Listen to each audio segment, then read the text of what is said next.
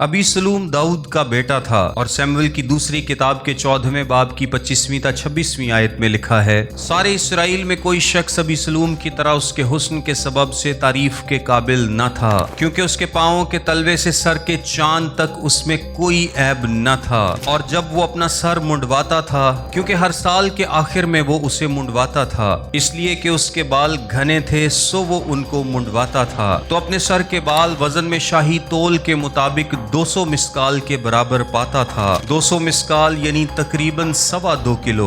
अबी सलूम एक बिगड़ा हुआ बादशाह ज़्यादा था जो नाफरमान और मगरूर था। उसने अपने भाई अमनून को कत्ल किया और अपने बाप दाऊद के खिलाफ बगावत की और यरूशलेम पर कब्जा कर लिया। दाऊद को अपनी और अपने खानदान की जान बचाने के लिए यरूशलेम को छोड़कर भागना पड़ा। दाऊद जाते वक्त अपनी 10 हरमों को यरूशलेम में महल की निगरानी के लिए छोड़ देता है। अबी सलूम इतना घिनौना इंसान था कि उसने उन 10 हरमों के साथ बारी बारी ज्यादती यानी रेप किया। फिर अबी सलूम अपने बाप दाऊद को कत्ल करने के लिए फौज के साथ उसका पीछा करता है, लेकिन खुदावंद की तरफ से उस पर मार पड़ती है। सैमुएल की दूसरी किताब के 18वें बाब की 9वीं आयत में लिखा है, अबी सलूम अपने खच्चर पर सवार था और वो खच्चर एक बड़े बलूत के दरख्त की घनी डालियों के नीचे से गया, सो उसका सर बलूत में अटक गया और वो आसमान और जमीन के बीच में लटका रह गया, और वो खच्चर जो उसकी रान तले था निकल गया। अबी सलूम अभी दरख्त में लटका ही हुआ था कि युआब ने उसे वहां मार दिया।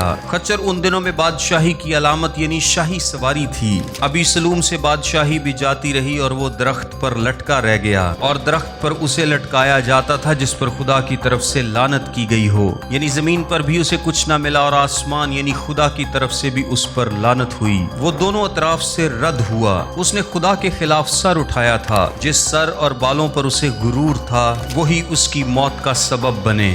जिसको वो अपनी शान समझता था वो उसकी मौत बन गए। यकूब के खत के 4 बाब की 6 आयत में लिखा है, खुदा मगरूरों का मुकाबला करता है मगर फरोतनों को तौफीक बख्शता है। अबी सलूम की कहानी में आपको गुरूर का अंजाम मिलता है। दुनिया में जो चीज भी खुदा ने आपको दी है वो खुदा के जलाल के लिए है, आपके गुरूर के लिए नहीं। मोहतात रहें, ऐसा ना हो कि जिस चीज पर आप गुरूर करते हैं वही आपकी तबाही का सबब बन जाए।